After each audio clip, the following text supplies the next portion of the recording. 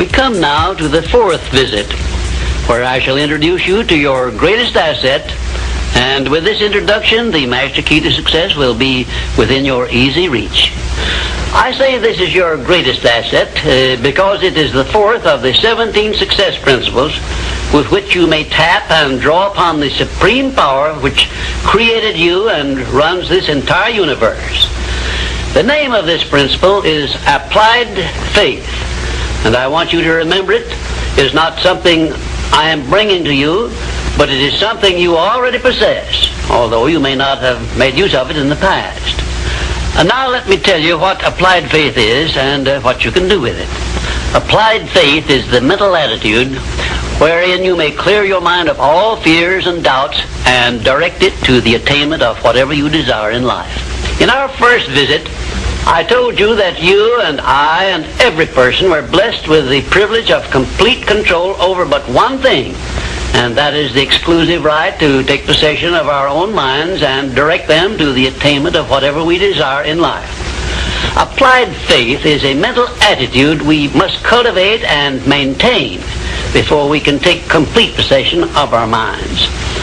It is the means by which we may break the seal of that envelope I mentioned in our first visit and take full possession of the 6 forms of riches we get in return for taking possession of our minds and using them. Those 6 riches were, as you may remember, sound health, peace of mind, a labor of love of your own choice, freedom from fear and worry, a positive mental attitude, and material riches of your own choice and quantity. We are now, this very moment, standing in front of the gateway which can be opened only with the great master key to success. And I'm giving you the closest clue I have yet mentioned as to how you may take possession of this key. In order that you may condition your mind to embrace and use applied faith, you must understand that there are 2 ways in which you can use faith. You can put it into reverse gear and use it in a negative way by allowing your mind to dwell upon the circumstances and the things you do not want, such as poverty, ill health, failure, defeat. And this is precisely what the majority of people do, which explains why the majority of people go through life in misery and want. Or you can take possession of your mind and direct it to think of the 6 riches which came over with you in that sealed envelope. And you will attract these riches to bless and serve you all through your life. Isn't it a strange fact that most people make a negative application of their great power of faith by thinking about and believing in poverty, ill health, fear, failure, and defeat, when it would be so easy for them just to change their thinking over to the circumstances and things they desire?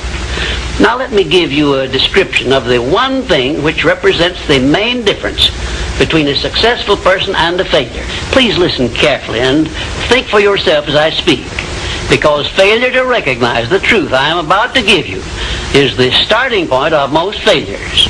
Successful people in all occupations, all professions, and all callings have one trait which distinguishes them from the failures. It is their capacity for belief. The failures see the hole in the donut, but do not see the donut around the hole. The successes see the hole also, but they see the donut around the hole. Thomas A. Edison believed that he could perfect an incandescent electric lamp, and despite the fact that he failed over 10,000 times before he was crowned with success, he made his belief uncover the secret for which he was searching. Give one guess as to how many times the average person must fail before he quits. Fails because of the lack of capacity for belief.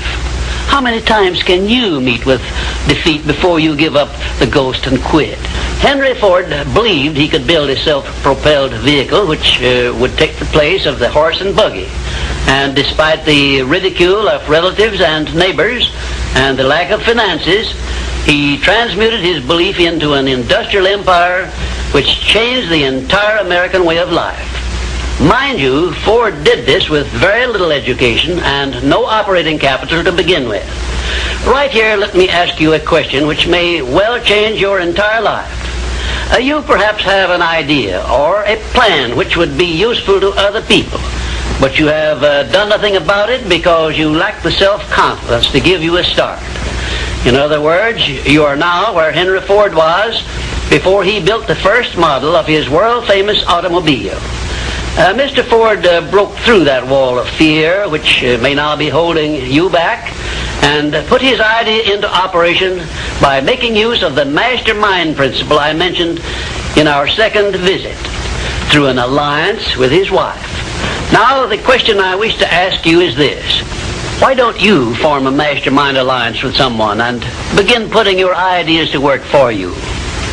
Belief is truly a magic word because it is the beginning of all successes. It is the very foundation of civilization. It is the one quality you must develop before you can make use of the great master key to success. To be successful, you must become a person with a great capacity for belief, and the place to start believing is with yourself. You should begin by recognizing that you were born with the privilege of complete control over your own mind.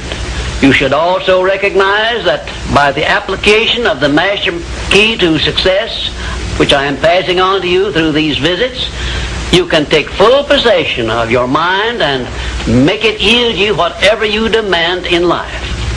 Observe, I use the word demand, not beg. The Creator never intended for you to beg for anything. If He had, He would not have blessed you with full control over your own mind. If your life is not what you want it to be, you can change it.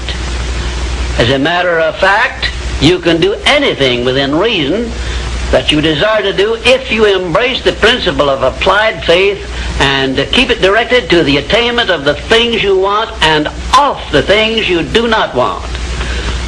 I should know what I'm talking about because I was handicapped at birth by the four horsemen which keep most people in bondage all the days of their lives: poverty, fear, illiteracy, and superstition. I have discovered the master key which gives one deliverance from all the evils one does not want and opens wide the gateway to the riches which the Creator intended every person to enjoy on this earth. Applied faith is the only means by which the master key can be appropriated and used. Therefore, I give you these instructions through which you may create a mental attitude which is favorable for the expression of faith. 1. Know what you want and believe that you can and will get it. 2. Give expressions of gratitude many times daily for having received that which you want, even before you actually get physical possession of it. Possession starts first in the mind. Please remember this. 3rd, keep your mind open for hunches from within. And when you are inspired to action, do not wait, but move on your own personal initiative at once. Remember, there can be no application of applied faith without action. 4th, when overtaken by defeat, as you may be many times, remember that man's faith is tested many times before he is crowned with final victory. And accept your defeat as nothing more than a challenge to keep on trying. And 5, a burning desire for the things or circumstances you want is the starting point of all applied faith. Be definite, believe, and act. And keep on acting if at first you meet with defeat. 6, when doubt creeps into your mind, remember that whatsoever a man believeth, that shall he also reap. Remember, faith is not something you get. Faith is something you already have. But you may be using it in reverse gear by believing in the circumstances and things you do not want, the things you fear. Remember also that faith is guidance only. It is not a power which will bring you what you want, but a power that can guide you to go after what you want and get it. Remember, too, that your faith is limited only by your own capacity to believe. You can do whatever you make up your mind to do.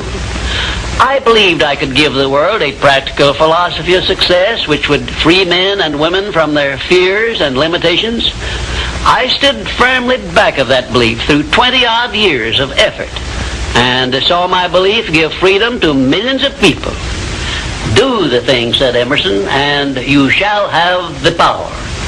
May I paraphrase this great truth by saying, believe and you shall receive.